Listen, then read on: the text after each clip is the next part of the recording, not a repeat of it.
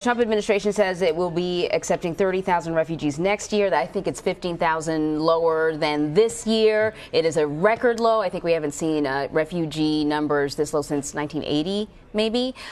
So what do we have? So Mike Pompeo actually commented on this yesterday. So let's listen to what he had to say, and then we'll talk.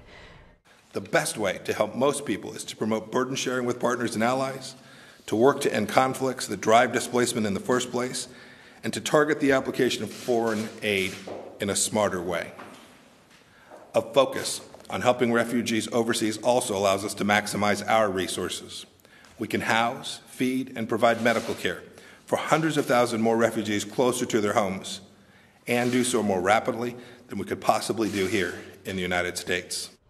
So, he had said that this country is perhaps one of the most generous when it comes to refugees, but he's talking about supporting them not here, supporting them where they are. But you got to wonder what the global sort of implications are when this country comes out and sort of very clearly sends a message of not wanting to open our doors to refugees, because that's something that's impacting politics across Europe as well. Well, look, I mean, what Secretary Pompeo is saying is, and this is implicit in the kind of trade-offs around refugee policy that there always are, which is if you do open your doors to more refugees, does that create less of an incentive for the problems that they are fleeing to be solved, right? That's what he's saying from a philosophical perspective, right?